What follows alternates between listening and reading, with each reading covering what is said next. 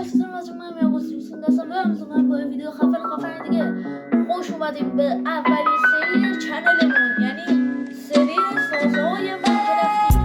امروز اومدیم با یه سازه خیلی خفن. چه سازه اصلا اسم نداشتم، ولی در ادامه این بعدم اسمش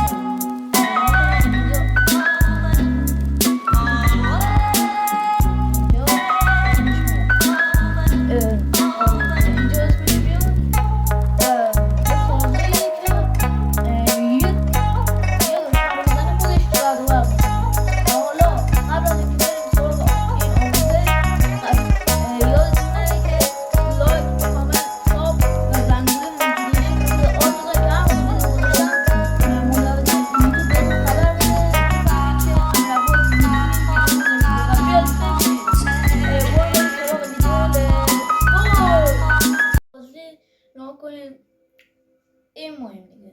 این چیزی که میبینیم مهم. خب الان این وسیله لازمو که چیندم و شما لازم داریم. این چند چنل ردستون و وسیله های دیگه. خب مثلا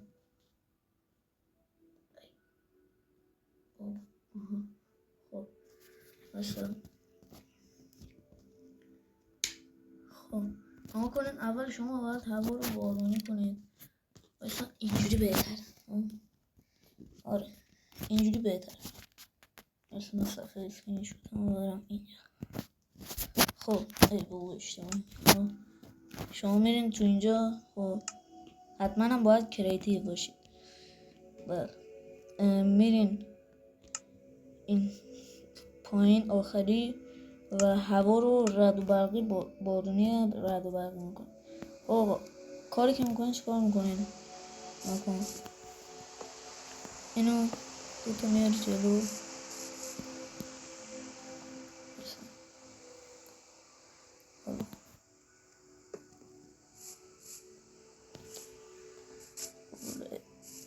چقدر لگم.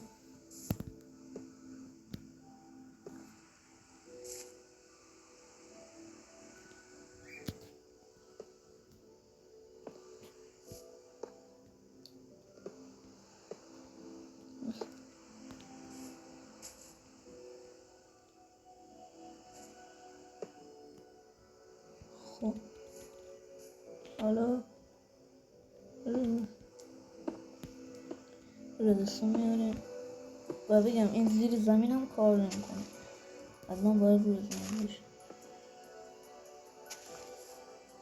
بد شد. خب هم اینجا خوب. نه چیکار داره میکنه؟ خب این داره میجلو. حالا اینجا میکنه یه بابا بیستون اینجا میشه. خب این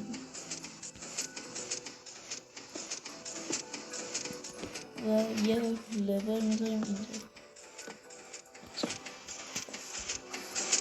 ما اینو اینجوری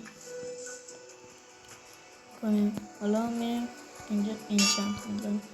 خب حالا این چند چنلینگ رو میذاریم اینجا. خب حالا این کار رو که کردیم نگاه اینجا.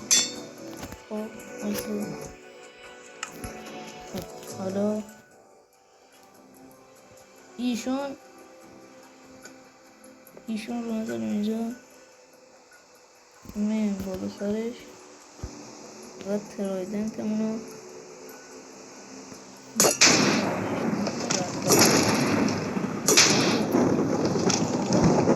حالا کلمونو میگیریم بالا. آماده لحظه نهایی هستید. 3 2 1 برو بریم.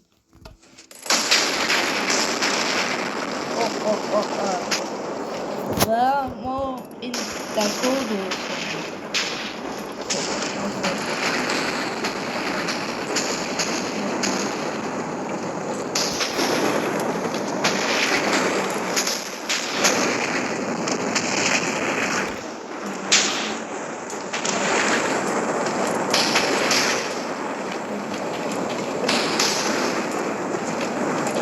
خب اینم بود از ویدیو امروزمون. امیدوارم ازش خوشتون اومده باشه.